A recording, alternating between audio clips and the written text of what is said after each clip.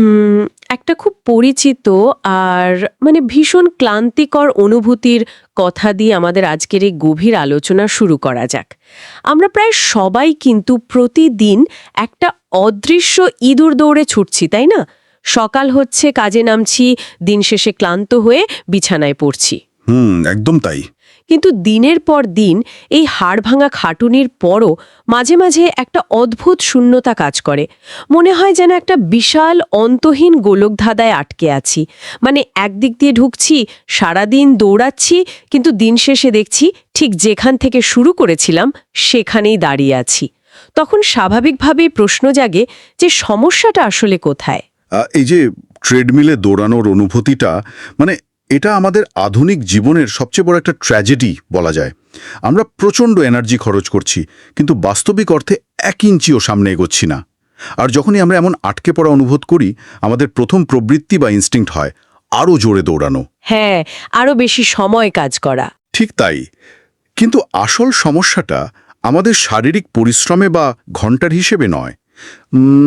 সমস্যাটা লুকিয়ে আছে আমাদের মস্তিষ্কের একেবারে ভেতরে। আমরা জগৎকে কিভাবে দেখছি, কিভাবে পরিস্থিতিকে মূল্যায়ন করছি, আর তার ভিত্তিতে কি সিদ্ধান্ত নিচ্ছি, সেটাই আসলে নির্ধারণ করে আমরা গোলকধাঁধা থেকে বেরোতে পারবো কিনা। আর ঠিক এই জায়গাটাতেই আজকের এই ডিপ ডাইভ সবচেয়ে বেশি প্রাসঙ্গিক হতে যাচ্ছে।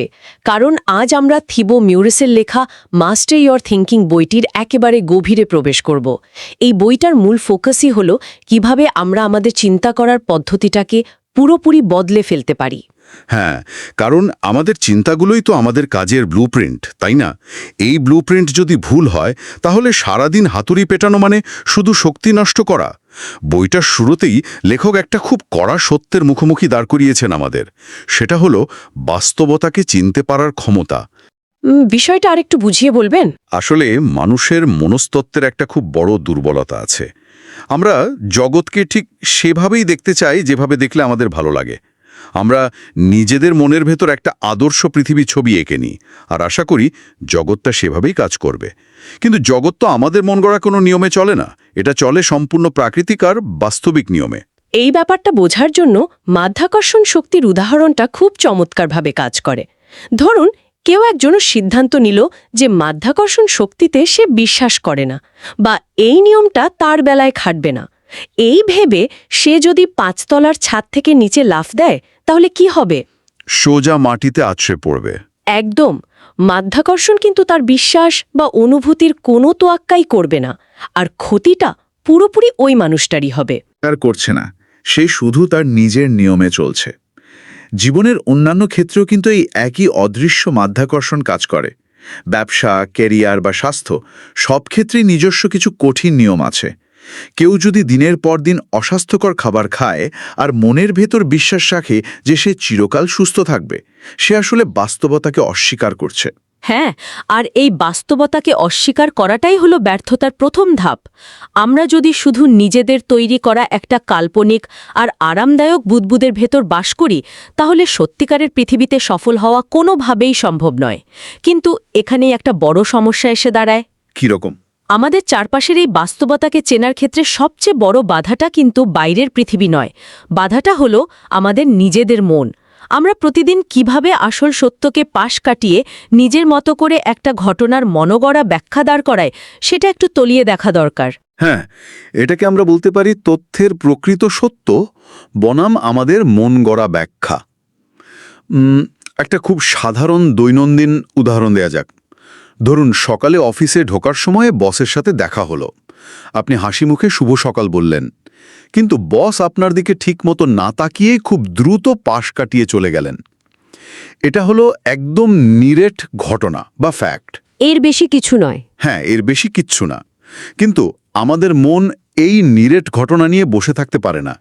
সে সাথে সাথে একটা গল্প তৈরি করতে শুরু করে। একদম তাই।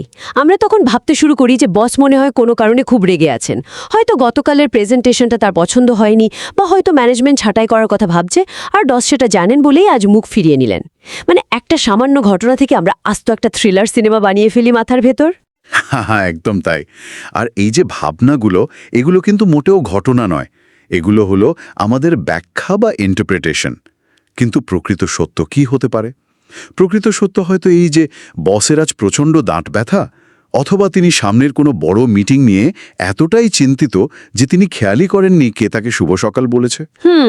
খুবই সম্ভব। লেখক থেবো ম্যারিস এখানে বলছেন এই যে সত্য ঘটনা এবং আমাদের মন গড়া ব্যাখ্যা, এই দুটোর মাঝখানে আমাদের একটা খুব শক্ত দেয়াল তৈরি করতে হবে। ঘটনাকে তার নিজস্ব জায়গায় রাখতে হবে, তার গায়ে নিজেদের ভয় বা দুশ্চিন্তার রং মাখানো যাবে না। না, দাঁড়ান, এই জায়গাটাতে একটা বড় প্রশ্ন চলে আসে। এটা বলা তো খুব সহজ যে ঘটনাকে ঘটনার জায়গায় রাখতে হবে, কিন্তু মানুষ হিসেবে আমাদের মন তো এভাবেই কাজ করে, তাই না? এটা তো আমাদের সার্ভাইভাল ইনস্টিংক্ট। এই মন গড়া ব্যাখ্যা দিয়ে দুশ্চিন্তা করাটা আমরা আসলে থামাবো কিভাবে? এর কি প্র্যাকটিক্যাল কোনো উপায় আছে? খুব যৌক্তিক একটা প্রশ্ন। বিবর্তনবাদের দিক থেকে দেখলে আমাদের মস্তিষ্ক আসলে একটা প্রেডিকশন মেশিন বা ভবিষ্যৎবাণী করার যন্ত্র। হাজার হাজার বছর আগে জঙ্গলে যখন একটা ঝোপ নড়ে উঠত, তখন আমাদের পূর্বপুরুষরা ভাবত হয়তো ওখানে বাঘ লুকিয়ে আছে। হ্যাঁ, আর এই নেতিবাচক চিন্তাটাই তাদের বাঁচিয়ে রাখত। ঠিক, যদি বাঘ নাও থাকত তবুও সতর্ক হওয়াটা তাদের জন্য নিরাপদ ছিল। কিন্তু আধুনিক যুগে অফিসের বস তো আর জঙ্গলের বাঘ নন, অথচ আমাদের মস্তিষ্ক এখনও সেই আদিম যুগের অ্যালার্ম সিস্টেম দিয়েই কাজ চালিয়ে যাচ্ছে। মানে আমাদের মস্তিষ্ক এখনো মনে করে অফিসের নীরব বস আর জঙ্গলের বাঘ একই রকম বিপজ্জনক। ঠিক তাই। আর এটা থামানোর প্র্যাকটিক্যাল উপায় হলো মাঝখানে একটা পজ বা বিরতি নেওয়া। যখনই মন ওই নেতিবাচক গল্প তৈরি করতে শুরু করবে, তখনই নিজেকে থামিয়ে একটা প্রশ্ন করতে হবে। কি প্রশ্ন? নিজেকে জিজ্ঞেস করতে হবে, এই যে আমি ভাবছি আমার চাকরি চলে যাবে, এর পক্ষে কি কোনো অকাট্য বা বস্তুনিষ্ঠ প্রমাণ এই মুহূর্তে আমার কাছে আছে? যদি উত্তর না হয়, তবে বুঝতে হবে মস্তিষ্ক এখন তার সেই আদিম ব্যাখ্যার জগতে চলে গেছে, বাস্তব সত্যের জগতে সে নেই। ও, এই পার্থক্যটা ধরতে পারলেই মনের ওপর আমাদের নিয়ন্ত্রণ চলে আসে। তখন দুশ্চিন্তা আর আমাদের গ্রাস করতে পারে না। তার মানে এই পার্থক্য বুঝতে পারাটাই হলো প্রথম কাজ। আচ্ছা, যখন আমরা এই সত্য আর ব্যাখ্যার দেয়ালটা তৈরি করতে পারলাম, বাস্তবতাকে দেখতে শুরু করলাম, এরপর আমাদের কি করতে হবে? কারণ শুধু বাস্তবতা দেখলেই তো আর হবে না। হ্যাঁ, আমাদের তো সঠিক সিদ্ধান্তও নিতে হবে।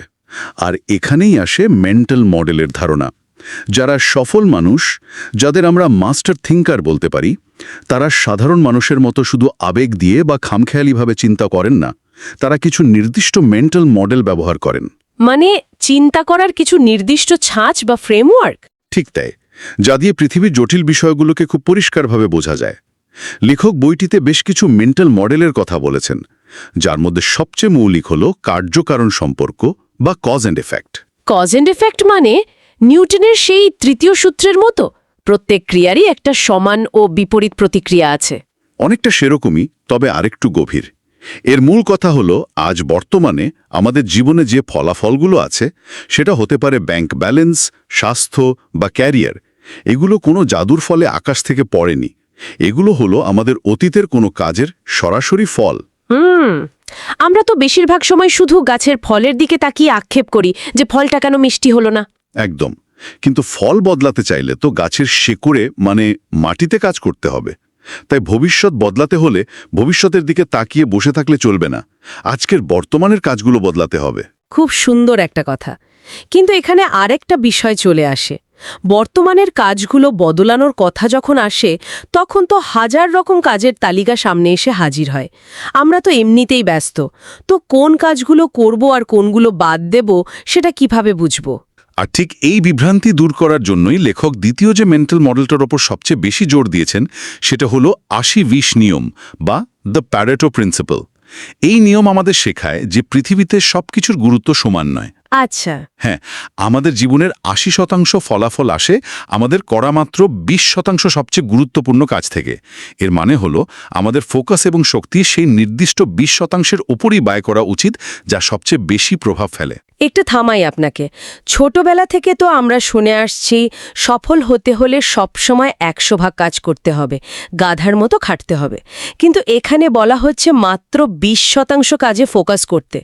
এটা শুনলে তো মনে হয় বাকি ৮০% সময় অলস বসে থাকার কথা বলা হচ্ছে। এই কনসেপ্টটা কি একটু অদ্ভুত শোনাচ্ছে না? এটা শুনতে অদ্ভুত লাগলেও এটাই আসলে সবচেয়ে কার্যকর কৌশল। কারণ আমাদের সমাজ ব্যস্ততা আর উৎপাদনশীলতাকে গুলিয়ে ফেলে। সারাদিন গাধার মতো খাটা মানেই যে কেউ সফল হবে তা কিন্তু নয়। 80-20 নিয়ম কম কাজ করতে বলছে না, তাহলে কি বলছে? এটা বলছে নিজের 100% শক্তি ওই নির্দিষ্ট 20% জায়গায় ঢালতে, যেখান থেকে আসল ফলাফলটা আসবে। ধরুন একটা পরীক্ষার প্রস্তুতির কথা ভাবুন। খেয়াল করলে দেখবেন পরীক্ষার 80% প্রশ্ন আসে বইয়ের সবচেয়ে গুরুত্বপূর্ণ 20% টপিক থেকে। হ্যাঁ, এটা তো আমরা সবাই দেখেছি ছাত্র জীবনে। একজন বুদ্ধিমান ছাত্র আগে ওই 20% টপিক খুব ভালোভাবে শেষ করবে। জীবনের ক্ষেত্রেও তাই।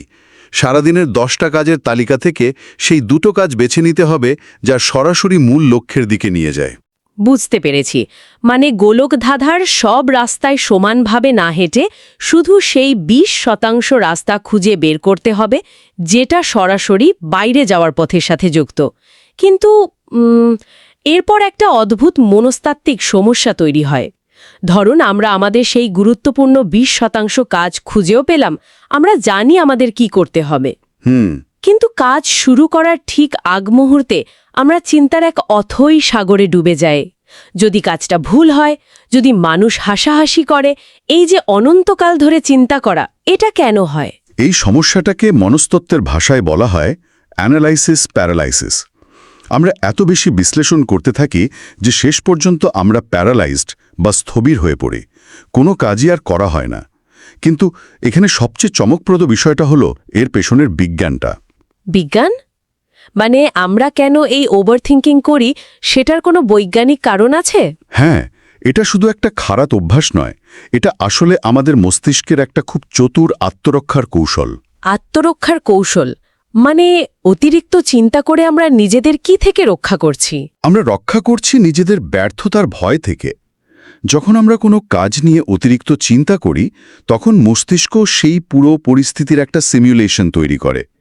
এর ফলে আমাদের মস্তিষ্কে এমন কিছু হরমোন রিলিজ হয় যা আমাদের একটা মিথ্যে অগ্রগতির অনুভূতি দেয়। মিথ্যে অনুভূতি মানে? বাস্তবে আমরা এক পাও সামনে এগোইনি, কিন্তু শুধু কাজটা নিয়ে ঘন্টার পর ঘন্টা চিন্তা করে আমাদের মনে হয় যেন আমরা দারুণ প্রোডাক্টিভ কিছু করে ফেলেছি। ও ওয়াও! তার মানে এই যে আমরা এত চিন্তা করি, সব দিক বিচার করি, নিখুঁত হওয়ার চেষ্টা করি, এই পুরো বিষয়টা আসলে কাজ শুরু না করার একটা গোপন অজুহাত। আমরা কি নিজেদের ব্যর্থ হওয়ার ভয়টাকে ঢাকার জন্য এই চিন্তা করাটাকে একটা ঢাল হিসেবে ব্যবহার করছি? একদম ঠিক ধরেছেন। মনস্তত্ত্ব ঠিক এটাই বলে। অধিকাংশ সময় এই যে ওভারথিংকিং, এটা আসলে এক ধরনের গড়িমসি ছাড়া আর কিছুই নয়। অবচেতনভাবেই আমরা ব্যর্থতাকে ভয় পাই, আর সহজ হিসাব হলো কাজ শুরু না করলে তো ব্যর্থ হওয়ার কোনো সুযোগ নেই। আমাদের মন আমাদেরকে চিন্তার একটা নিরাপদ বলয়ে আটকে রাখে। আমরা ভাবি আমরা প্রস্তুতি নিচ্ছি, কিন্তু আসলে আমরা কাজটা এড়িয়ে যাচ্ছি। এই ফাঁদটা বুঝতে পারাটাই তাহলে গেম চেঞ্জার। তো এই অ্যানালাইসিস প্যারালাইসিস থেকে মুক্তির উপায় কি? উপায় হলো সরাসরি কাজে নেমে পড়া, কারণ অ্যাকশন সবসময় ভয়কে ধ্বংস করে দেয়। যে কোনো কাজের আগে চিন্তা করা বা প্ল্যান করাটা অবশ্যই জরুরি, কিন্তু সেটা কখনোই অনন্তকাল ধরে চলতে পারে না। তার মানে একটা ডেডলাইন থাকা দরকার? হ্যাঁ, এর জন্য একটা নির্দিষ্ট সময় বরাদ্দ করা উচিত। কিন্তু যখন চিন্তার সময় শেষ হয়ে কাজের সময় আসবে, তখন সব চিন্তাকে একপাশে সরিয়ে রেখে সরাসরি কাজটা শুরু করে দিতে হবে। কারণ বাস্তবে কাজ শুরু করলেই অর্ধেক দুশ্চিন্তা এমনিতেই দূর হয়ে যায়। হ্যাঁ, একবার কাজের ভেতরে ঢুকে পড়লে পরিস্থিতি যতটা ভয়ঙ্কর মনে হচ্ছিল ততটা আর থাকে না। আচ্ছা, বুঝলাম, আমরা ভয়কে জয় করে কাজ শুরু করলাম, কিন্তু প্রথম দিন কাজ শুরু করা সহজ হলেও সেটাকে টিকিয়ে রাখা তো ভীষণ কঠিন। দুদিন পরই হয়তো আমরা মোটিভেশন হারিয়ে ফেলি। তখন কি করণীয়? এখানেই আসে আমাদের আজকের আলোচনার সবচেয়ে শক্তিশালী কনসেপ্টটি, দীর্ঘমেয়াদী দৃষ্টিভঙ্গি বা লং টার্ম থিঙ্কিং। কাজ শুরু করার পর সেই যাত্রায় টিকে থাকার জন্য মনের ভেতরে একটা খুব বড় ছবি প্রয়োজন। দীর্ঘমেয়াদী চিন্তাধারা ছাড়া কোনো বড় অর্জন ধরে রাখা একেবারেই অসম্ভব। কিন্তু মানুষ হিসেবে আমরা তো জন্মগতভাবেই তাৎক্ষণিক আনন্দের পেছনে ছুটতে পছন্দ করি। আজ জিমে গেলে কাল সকালেই আয়নার সামনে দাঁড়িয়ে রেজাল্ট দেখতে চাই। ঠিক, আর আজকালকার এই যুগে তো বিষয়টা আরও ভয়াবহ। আমাদের সব কিছুই এখন ইনস্ট্যান্ট চাই, instant message, instant food delivery, এই ইনস্ট্যান্ট দুনিয়ায় বসে যে কোনো কাজের ভবিষ্যৎ প্রভাব নিয়ে মাসের পর মাস ধৈর্য ধরাটা সত্যিই প্রচণ্ড চ্যালেঞ্জিং। হ্যাঁ, খুবই চ্যালেঞ্জিং। তাহলে এই তাৎক্ষণিক আনন্দের ফাঁদ থেকে নিজেদের বের করে আনার উপায় কি? উপায় হল যে কোনো গুরুত্বপূর্ণ সিদ্ধান্ত নেওয়ার আগে নিজেকে একটা খুব শক্তিশালী প্রশ্ন করা। লেখক পরামর্শ দিয়েছেন নিজেকে জিজ্ঞেস করতে, আজ থেকে 10 বছর পর আমার এই বর্তমান সিদ্ধান্তের প্রভাব কি হবে? 10 বছর পর? এই একটা প্রশ্ন আমাদের দৃষ্টিভঙ্গি পুরোপুরি বদলে দিতে পারে। ধরুন রাতে 2 ঘন্টা সোশ্যাল মিডিয়ায় স্ক্রল করা বনাম 2 ঘন্টা নিজের স্কিল ডেভেলপমেন্টের জন্য কিছু শেখা। আজকের দিনে স্ক্রল করাটা হয়তো খুব আরামের মনে হচ্ছে, কিন্তু 10 বছরের স্কেলে বিচার করলে ওই স্ক্রোলিংয়ের কোনো অস্তিত্বই থাকবে না। অথচ স্কিল ডেভেলপমেন্টের ওই 2 ঘন্টা হয়তো ক্যারিয়ারের মোড় ঘুরিয়ে দেবে। সত্যি এই 10 বছরের দৃষ্টিভঙ্গি আমাদের আবেগতাড়িত বর্তমান থেকে বের করে একটা যুক্তি নির্ভর ভবিষ্যতে নিয়ে যায়। একদম। এই মেন্টাল মডেলগুলো যদি সত্যি প্র্যাকটিস করা যায়, তবে আমাদের চিন্তার জগতে এক অভাবনীয় পরিবর্তন আসবে। তো আজকের এই দারুণ গভীর আলোচনার একেবারে শেষ পর্যায়ে আমরা চলে এসেছি। পুরো আলোচনাটার সারসংক্ষেপ করলে বিষয়টা দাঁড়ায়, প্রথমত জগৎ আসলে কিভাবে কাজ করে সেই বাস্তবতাটা মেনে নিতে হবে, আর দ্বিতীয়ত নিরেট ঘটনা এবং আমাদের মন গড়া ব্যাখ্যার মাঝের পার্থক্যটা বুঝতে হবে। আর হ্যাঁ, সেই 80-20 নিয়ম মেনে আমাদের জীবনের সবচেয়ে গুরুত্বপূর্ণ কাজগুলো খুঁজে বের করতে হবে। আর খুঁজে পাওয়ার পর ওভার থিঙ্কিংয়ের অজুহাত দিয়ে কাজ ফেলে না রেখে সাথে সাথে কাজে ঝাঁপিয়ে পড়তে হবে। একদম। আজকের যুগে চিন্তার এই স্বচ্ছতাই হলো সবচেয়ে বড় সুপার পাওয়ার। তো আজকের এই ডিপ ডাইভ শেষ করার আগে একটা প্রশ্ন রেখে যেতে চাই। একবার খুব গভীরভাবে ভেবে দেখুন তো, আমাদের জীবনে ঠিক কোন অতিরিক্ত চিন্তার চক্রটি আসলে বাস্তব কোনো সমস্যা নয়, বরং কাজ শুরু না করার একটা অত্যন্ত চতুর অজুহাত মাত্র। কি হবে যদি আজকেই সেই চিন্তাটা থামিয়ে দিয়ে ওই কাজের দিকে মাত্র একটা ছোট পদক্ষেপ নেওয়া যায়? দারুণ একটা প্রশ্ন। ভাবতে থাকুন, কারণ পরিবর্তনটা সবসময় নিজের ভেতর থেকেই শুরু হতে হয়। আজকের আলোচনা থেকে পাওয়া এই অন্তর্দৃষ্টিগুলো নিজেদের জীবনে প্রয়োগ করার চেষ্টা করুন। আগামীতে এরকম আরও অনেক নতুন চিন্তার খোরাক নিয়ে আমরা আবার হাজির হব। ততক্ষণ পর্যন্ত চারপাশের বাস্তবতার সাথে যুক্ত থাকুন আর নিজের চিন্তা ভাবনার প্রতি সতর্ক খেয়াল রাখুন।